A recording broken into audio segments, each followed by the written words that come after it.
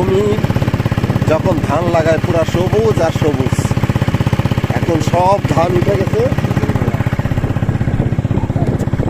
যার কারণে জমির অবস্থা এরকম। এই যে গজারি বাগান,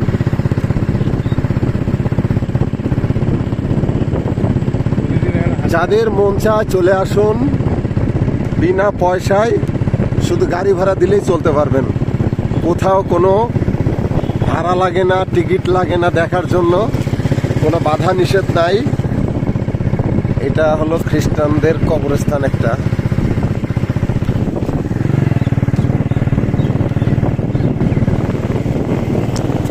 বিকালের পড়ন্ত রোদে একটু ঘুরতে বেরোলাম মোটরসাইকেল নিয়ে। মোটরসাইকেলটা দেখানো যাবে না, কারণ এটা বাংলাদেশে অনুমোদিত নাই, যার কারণে মোটরসাইকেলটা দেখাতে পারলাম না।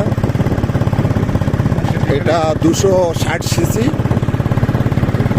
যেটা নতুন লেটেস্ট বেরিয়েছে। এই দেখেন, এটা হলো লাউ গাছ, লাউ বাগান।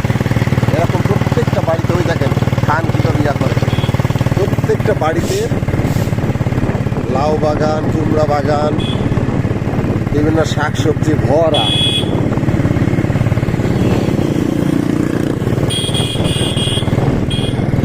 ওই দেখুন শুধু বাগান আর বাগান, গজারি।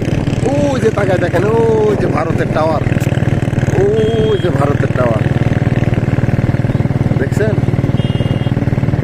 জানি না আমার এই দামি ক্যামেরায় কতটুকু ধরা পড়ছে, আশা করি দেখতে পারবেন।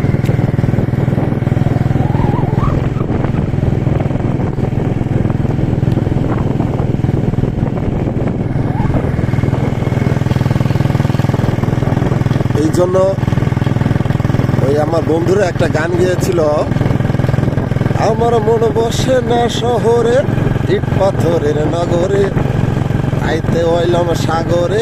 আমি কিন্তু সাগর কম না, তাই তো আইলাম গ্রামে, তাই তো আইলাম গ্রামে।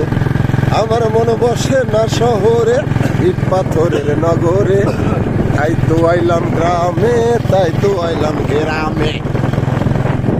দেখেন ও যে ওটা হলো ইন্ডিয়া। আমি একটু চুপ করে দেখাই আপনাদের, দেখেন ও যে ওটা।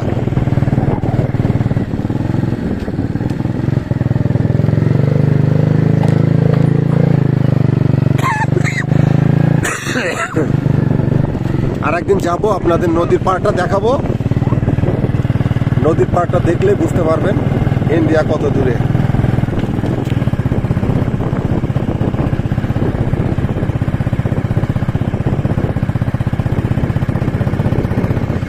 কার গাড়ি এইটাছে? আর্মির গাড়ি।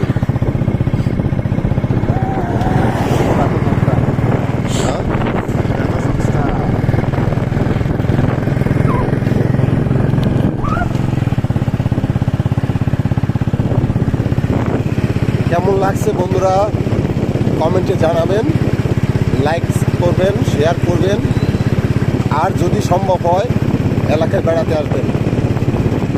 প্রয়োজনে আমি আসবো আপনাদের সাথে, ঘুরিয়ে ঘুরিয়ে দেখাবো। আপনারা সবাই আনন্দ সহকারে পরিবার নিয়ে চলে আসতে পারেন, এখানে কোনো বাধা নিষেধ নাই। পরিবার নিয়ে আসলেও কোনো অসুবিধা নাই। পাহাড়ি এলাকা, জঙ্গল এলাকা, কিন্তু কোনো ভয় নাই, আপনারা আসতে পারেন নির্দ্বিধায়। আর আমার এই চ্যানেলটা সাবস্ক্রাইব করে দিবেন। বাই বাই বন্ধুরা, আসসালামু আলাইকুম।